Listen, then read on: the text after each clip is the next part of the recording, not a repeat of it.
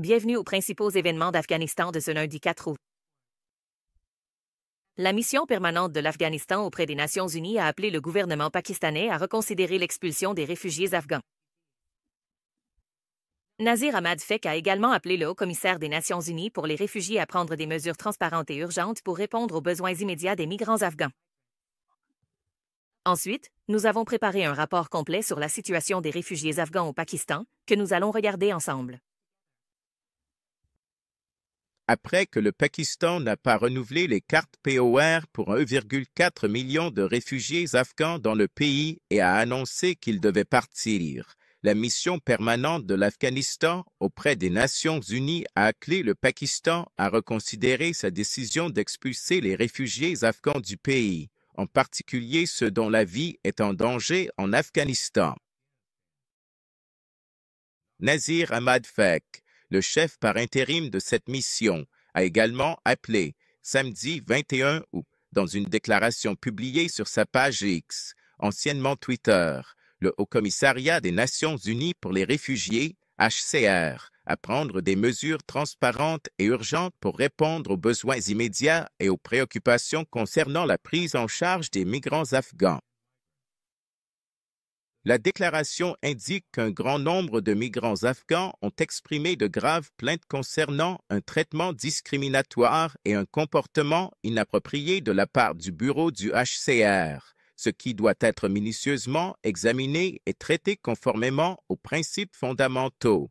Le Haut-Commissariat des Nations unies pour les réfugiés n'a pas encore commenté cette affaire. Cependant, Philippe Cambalère, le représentant de l'organisation au Pakistan, a qualifié de décevante la décision du gouvernement pakistanais d'expulser les réfugiés afghans. Le dimanche 31, il a publié une déclaration appelant le gouvernement pakistanais à accorder aux détenteurs de cartes POR un délai raisonnable afin qu'ils puissent préparer leur retour dans la dignité et emporter leurs effets personnels. Il a également déclaré que les Afghans ayant des raisons légitimes de rester, comme poursuivre des études supérieures, être mariés à des ressortissants pakistanais ou souffrir de problèmes de santé, devraient être autorisés à demeurer. Selon lui, cela est également très important. Ceux qui ont encore besoin d'une protection internationale devraient être exemptés de la politique d'expulsion des personnes sans papier.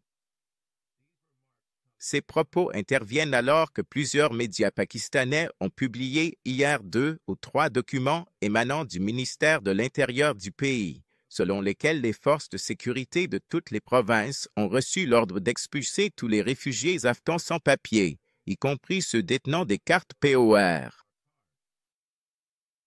Bien que le gouvernement pakistanais n'ait pas encore officiellement commenté cette affaire, un responsable de la province du Baloutchistan au Pakistan a déclaré à l'AFP qu'ils avaient reçu cet avis du ministère de l'Intérieur. De même, hier, un grand nombre de journaux du Khyber Pakhtunkhwa ont également publié un avertissement du gouvernement concernant l'expulsion des migrants afghans de cette province. La validité des détenteurs de cartes POR résidant au Pakistan a expiré le 3 juin. Mais on s'attendait à ce que cette période puisse être prolongée à nouveau. Pendant ce temps, certains détenteurs de cartes POR affirment que, selon l'annonce du Pakistan, l'arrestation et le harcèlement des réfugiés ont commencé dans différentes régions du pays.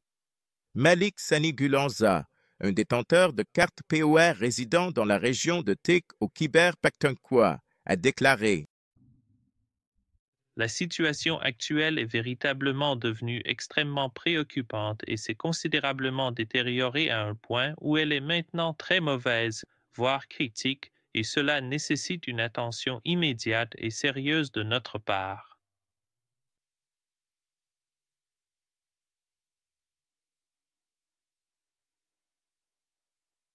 Mohammad Zaman, un autre détenteur de cartes POR vivant à Rawalpindi, dit: Il y a maintenant beaucoup plus de points de contrôle de police à Rawalpindi.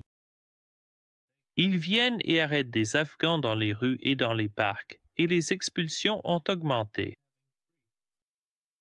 Notre demande est que le gouvernement pakistanais trouve une solution légale pour les détenteurs de cartes POR. Nos commerces ici ont été ruinés. Nos biens doivent être récupérés, quel qu'en soit le prix. Pendant ce temps, le Conseil des réfugiés afghans du Khyber Pakhtunkhwa affirme que cette décision du Pakistan est unilatérale et irréaliste. Barry Ali Michael, le chef de ce conseil, a déclaré que le Pakistan devrait élaborer un mécanisme en coopération avec l'Afghanistan, le HCR et les représentants des réfugiés vivant dans ce pays afin que les réfugiés puissent retourner en Afghanistan de manière digne et sécurisée. Si une décision est prise concernant les réfugiés afghans sans la présence de représentants des réfugiés, sa mise en œuvre sera difficile car la plupart des personnes qui partent rencontrent des problèmes de transport. Les commerces des gens, leurs relations, leurs comptes bancaires, tant de problèmes. Mais si cette décision est définitive, il faut mettre en place un mécanisme avec des représentants des réfugiés. Selon ce mécanisme et un calendrier approprié, le processus de retour des réfugiés devrait commencer de manière digne et respectueuse. Cette décision a été prise par le Pakistan au moment où Amir Khan Muttaqi, le ministre des Affaires étrangères par intérim du gouvernement taliban, doit se rendre au Pakistan demain. Une source au ministère des Affaires étrangères des talibans a déclaré qu'il discutera du renforcement des relations bilatérales avec des hauts responsables pakistanais, y compris le ministre des Affaires étrangères du Pakistan. On ne sait pas encore si la question des réfugiés sera abordée lors de cette visite, mais les réfugiés afghans vivant au Pakistan et le Conseil des réfugiés souhaitent que le gouvernement taliban discute sérieusement de la question des réfugiés avec le Pakistan. Ces préoccupations sont soulevées car, depuis le début de l'expulsion des réfugiés afghans sans papier de ce pays en octobre 2023, près d'1 million de réfugiés afghans ont été renvoyés en Afghanistan. La sécheresse sévère et le manque d'eau ont forcé des dizaines de familles dans le sud de l'Afghanistan à quitter leur domicile et à migrer vers les villes. Les habitants de Kandahar, Uruzgan et Zabul affirment que la nappe phréatique a baissé de près de 150 mètres et qu'ils n'ont même pas accès à l'eau potable. Nous avons préparé un rapport détaillé sur la crise de l'eau dans le sud du pays et la migration forcée causée par la sécheresse que nous vous présentons maintenant. District, division administrative locale. Wali Mohammad est un résident du village de Vian, dans le district de Shawalikot, dans la province de Kandahar. Il dit qu'en raison d'une grave sécheresse et du manque d'eau, sa famille de 3 personnes a été obligée de quitter sa maison et son village et de déménager vers le centre de la province. Personne à l'extérieur de la maison sauf les enfants. Nous avons tous déménagé au centre de Kandahar à cause de cette sécheresse. Il n'y a pas de rivière là-bas. Tout est asséché. Les puits ne fonctionnent pas. Nous avons foré environ 250 mètres, mais cela n'a servi à rien. Nous avons été obligés de quitter la région. Maintenant, nous avons loué une maison à Kandaharville. Le loyer est de 3 000 Afghani. Mon salaire total est de 7 000 Afghani. Comment pouvons-nous nous en sortir? Seuls les enfants étaient dehors. Une autre personne ayant déménagé du district d'Arghandab à Kandaharville et qui a souhaité rester anonyme dans ce reportage a déclaré que dans de nombreuses zones de son district, la nappe phréatique a baissé de 80 à 120 mètres et que la plupart des gens, en raison de difficultés économiques, ne peuvent pas se permettre de creuser des puits profonds. Il n'y avait pas d'enfants dehors à ce moment-là. La plupart des gens forent des puits, mais le niveau d'eau continue de baisser. Beaucoup forent jusqu'à 100 ou 120 mètres, mais la nappe phréatique a beaucoup baissé. Certaines personnes qui sont mieux loties financièrement creusent encore plus profond, mais ceux qui n'en ont pas les moyens ont déménagé dans le 15e district de la ville. D'autres sources locales ont également indiqué que, rien que dans le district de Niche, des dizaines de familles ont été contraintes de quitter leur région et de s'installer dans différentes parties de la province à cause de la sécheresse. Ce n'est pas seulement dans la province de Kandahar que les habitants sont confrontés à des pénuries d'eau. Les habitants de plusieurs autres provinces du sud de l'Afghanistan sont également confrontés aux mêmes problèmes et à la même crise. Mural Anwari, l'un des habitants et agriculteurs du district de China 2 dans la province d'Uruzgan, a déclaré que de nombreux villageois et membres de sa famille ont été contraints de quitter leur domicile et de s'installer en ville à cause du manque d'eau et de la sécheresse sévère. Les districts d'Uruzgan font face à la sécheresse. Comme le niveau de l'eau a tellement baissé, beaucoup de gens ont migré et sont partis vers d'autres régions ou vers des provinces comme Kandahar pour trouver refuge. Comme le niveau de l'eau a tellement baissé, beaucoup de gens ont migré et sont partis vers d'autres régions ou vers des provinces comme Kandahar pour trouver refuge. Ici, il y a même des zones où le niveau de l'eau a baissé de 150 mètres et les gens n'ont plus accès à l'eau, en particulier les habitants du district de China 2 qui sont très pauvres. Leurs terres se sont asséchées et notre vie est devenue très difficile. Par ailleurs, l'un des habitants du district de Suri dans la province de Zabul, dont les terres agricoles à de Hajirip ont été endommagées à cause de cette sécheresse, affirme qu'ils n'ont même plus un accès facile à l'eau potable. Il, qui a souhaité garder l'anonymat dans ce reportage, a évoqué ces problèmes de la manière suivante. Aucun enfant dehors. J'ai des terres agricoles ici, mais malheureusement, notre nappe phréatique a beaucoup baissé. Tous les caras, les canaux d'eau souterrains, se sont asséchés et les villageois ont migré. Il n'y a même plus d'eau potable ici. De nombreuses familles ont maintenant déménagé dans la ville de Kala et s'y sont installées. Ces plaintes des habitants du sud de l'Afghanistan concernant la sécheresse sévère et la baisse de la nappe phréatique surviennent à un moment où le gouvernement taliban et diverses agences des Nations unies ont également exprimé leur inquiétude à ce sujet. Le ministère de l'Énergie et de l'Eau du gouvernement taliban avait précédemment déclaré qu'actuellement environ 65% de la population du pays n'a pas accès à de l'eau potable. Mujibur Rahman Omar, le vice-ministre de ce ministère, a déclaré lors de la conférence mondiale sur l'eau qui s'est tenue l'année dernière le 26 à Kaboul, le changement climatique, la sécheresse persistante, des décennies de guerre et la croissance démographique font partie des raisons de la pénurie d'eau dans le pays. Des experts en eau, dont Najibullah Seddiqui, estiment qu'une gestion efficace de l'eau par la population et le gouvernement taliban est essentielle dans cette situation.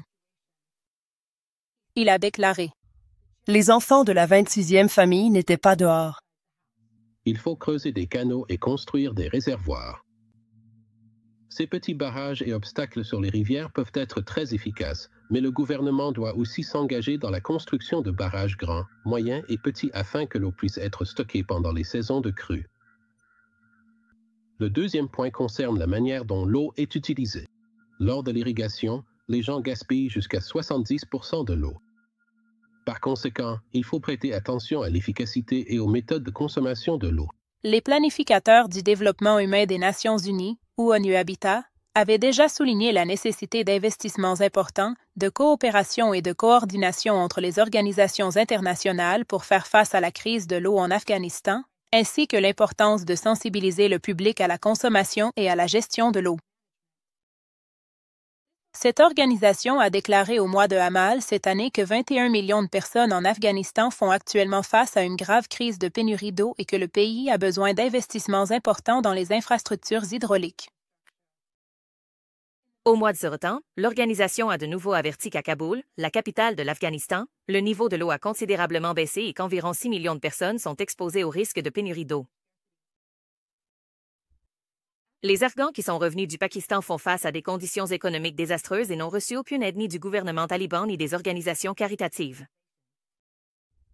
Alors que le ministère taliban des réfugiés affirme avoir distribué plus d'1 milliard d'Afghanais en aide, les rapatriés disent n'avoir reçu aucune assistance.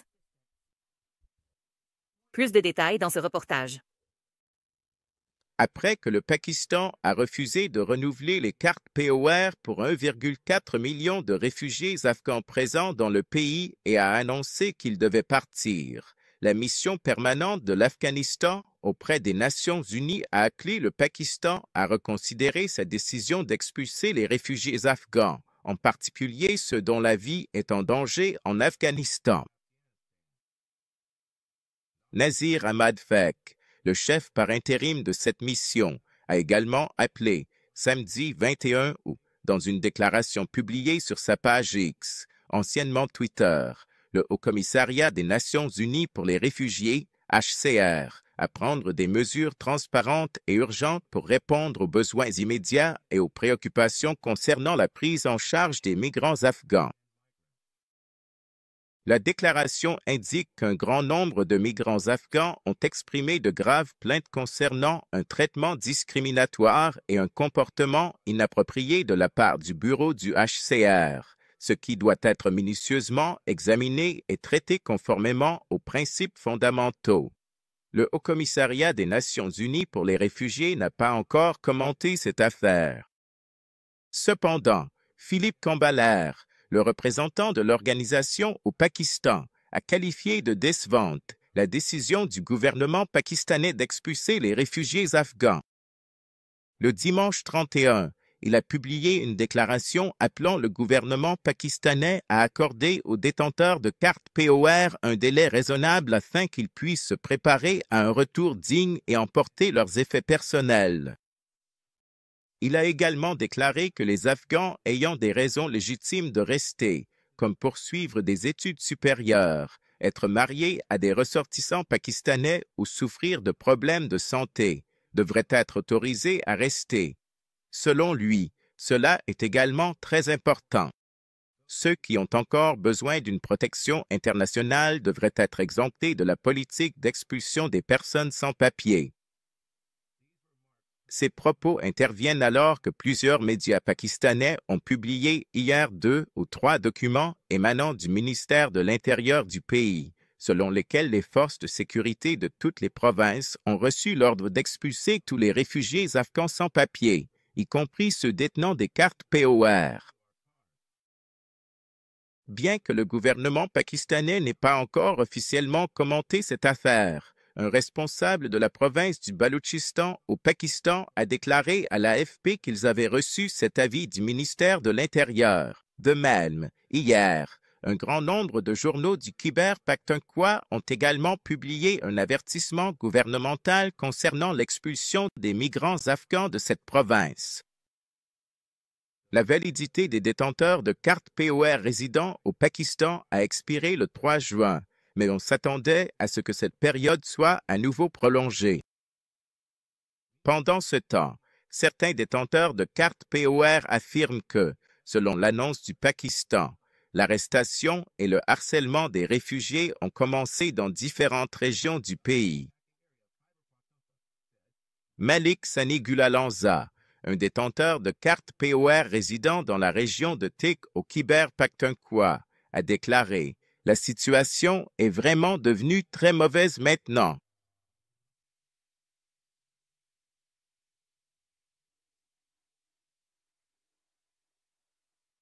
Mohammad Zaman, un autre détenteur de cartes POR vivant à Rawalpindi, déclare « Il y a beaucoup plus de points de contrôle de police à Rawalpindi maintenant. Ils viennent et arrêtent les Afghans dans les rues et dans les parcs et les expulsions ont augmenté. Notre demande est que le gouvernement pakistanais trouve une solution légale pour les détenteurs de cartes POR. Nos affaires ici ont été ruinées.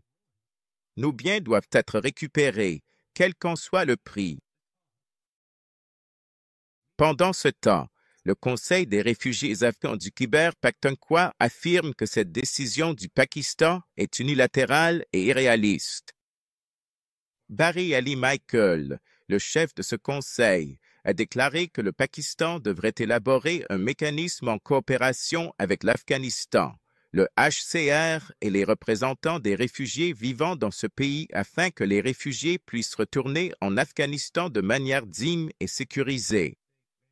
Si une décision concernant les réfugiés afghans est prise sans la présence de leurs représentants, sa mise en œuvre sera difficile, car la plupart des personnes qui partent rencontrent des problèmes de transport. Les affaires des gens, leurs relations, leurs comptes bancaires, il y a de nombreux problèmes. Mais si cette décision est définitive, il faut créer un mécanisme avec des représentants des réfugiés. Selon ce mécanisme et un calendrier approprié, le processus de retour des réfugiés devrait commencer de manière digne et respectueuse. Cette décision a été prise par le Pakistan au moment où Amir Khan Muttaqi, le ministre des Affaires étrangères par intérim du gouvernement taliban, doit se rendre au Pakistan demain. Une source au sein du ministère des Affaires étrangères des talibans a indiqué qu'il discutera du renforcement des relations bilatérales avec des hauts responsables pakistanais, y compris le ministre des Affaires étrangères du Pakistan. On ne sait pas encore si la question des réfugiés sera abordée lors de cette visite, mais les réfugiés afghans vivant au Pakistan ainsi que le Conseil des réfugiés souhaitent que le gouvernement taliban discute sérieusement de la question des réfugiés avec le Pakistan. Ces préoccupations sont soulevées car, depuis le début de l'expulsion des réfugiés afghans sans papier de ce pays en octobre 2023, près d'1 million de réfugiés afghans ont été renvoyés en Afghanistan. Mir Wakil Azizi, un investisseur afghan et le directeur de la Azizi Bank, a signé un important contrat de production d'électricité d'une valeur de 10 milliards de dollars avec le gouvernement taliban. Ce projet devrait produire 10 000 mégawatts d'électricité et créer des emplois pour 150 000 personnes. Vous pouvez voir les détails de ce grand contrat énergétique dans ce reportage. Alors que le gouvernement taliban annonce la signature d'un important contrat de production d'électricité en Afghanistan, plusieurs habitants de Kaboul se plaignent de la pénurie et du manque d'électricité. Ces citoyens affirment qu'avec la hausse des températures, les coupures de courant se sont également multipliées, leur causant de sérieux problèmes. Spasma, une habitante du district 5 de Kaboul, a déclaré « Il y a même eu des jours où nous n'avons eu de l'électricité que pendant 2 ou 3 heures sur 24. Toutes les nécessités du foyer et les tâches quotidiennes ne sont possibles que lorsqu'il y a de l'électricité. Sinon, rien ne peut se faire. En d'autres termes, rien n'est possible sans elle. » De même, un habitant du district 9 de Kaboul, qui a souhaité garder l'anonymat, a une plainte similaire. Il y a de gros problèmes d'électricité à Kaboul. Parfois, le courant arrive à 10 heures et repart à 15 heures, puis il revient à 21 heures. Il reste 1 heure ou 2, puis il repart encore. Les gens font face à leurs propres problèmes. Il fait chaud. Le temps est chaud. Il y a beaucoup de difficultés de leur côté. Cela intervient alors que le gouvernement taliban a récemment annoncé la signature d'un contrat entre son ministère de l'Énergie et de l'Eau et la société privée Azizi Group d'une valeur de 10 milliards de dollars américains pour la production d'électricité. Le vice-premier ministre chargé de l'économie du gouvernement taliban a annoncé dans un communiqué publié sur les réseaux sociaux samedi, le 11 Assad, que selon ce contrat, un projet visant à produire 10 000 mégawatts d'électricité à partir de sources de gaz, de charbon, d'eau, de vent et de solaire sera lancé. Selon ce communiqué, 4 000 mégawatts de l'électricité produite seront alloués au grand public et les 6 000 mégawatts restants seront réservés aux usines industrielles. Le communiqué ajoute qu'après l'enquête, des équipes techniques de l'entreprise privée Azizi Group et du ministère de l'Énergie, en collaboration avec le gouvernement taliban, achèveront la conception de ce projet dans les 6 prochains mois et qu'ensuite, les travaux pratiques pour produire entre 2 000 et 3 000 mégawatts d'électricité commenceront. Les talibans affirment qu'avec la mise en œuvre de ce projet au cours des 7 à 10 prochaines années, l'Afghanistan atteindra non seulement l'autosuffisance totale en électricité, mais exportera également de l'électricité vers des pays étrangers. Cela intervient alors que l'Afghanistan dépend de l'électricité importée depuis de nombreuses années. Selon les informations du Bureau de l'inspecteur général spécial pour la reconstruction de l'Afghanistan, SIGAR, 80% des besoins en électricité de l'Afghanistan sont couverts par les pays voisins et le pays dépense environ 220 millions de dollars par an pour acheter de l'électricité. Parallèlement, plusieurs ingénieurs du secteur de l'électricité affirment également que l'Afghanistan dispose de ressources naturelles abondantes pour la production d'électricité et que, si elles sont correctement exploitées, non seulement les besoins nationaux seront satisfaits, mais des opportunités d'exportation d'électricité seront également créées. Kali Habibi, ancien directeur général de la répartition de l'électricité dans la province de Kunduz, a déclaré à propos de ce projet qu'il en avait entendu parler et que si ce projet est entièrement et correctement géré, il peut couvrir une grande partie des besoins en électricité du peuple afghan. Mais à mon avis, pour la mise en œuvre de n'importe quel projet, les choses les plus importantes sont, d'abord, l'économie et ensuite, la sécurité. Et si cet environnement existe en Afghanistan, alors il n'y aura aucun obstacle à la mise en œuvre de n'importe quel projet. Cependant, concernant ce projet, Abdul Muttalib Kadini, porte-parole du ministère de l'Intérieur des talibans, a écrit samedi sur le réseau X que les forces de police de ce ministère sont entièrement prêtes à assurer la sécurité de tous les projets nationaux, y compris le projet de production d'électricité, et que sa sécurité sera assurée de manière coordonnée. Il convient de noter que le problème des pénuries et des coupures d'électricité existe en Afghanistan depuis l'époque du précédent gouvernement républicain, et les habitants de différentes provinces se sont plaints à plusieurs reprises de cette situation. Le Programme des Nations unies pour le développement, le PNUD, a également déclaré en 2002 que le secteur de l'électricité en Afghanistan fait face à d'importants défis et a cité l'accès limité à l'électricité dans les zones rurales ainsi que la forte dépendance à l'électricité importée parmi les principaux obstacles à l'autosuffisance énergétique du pays. Fin de l'actualité.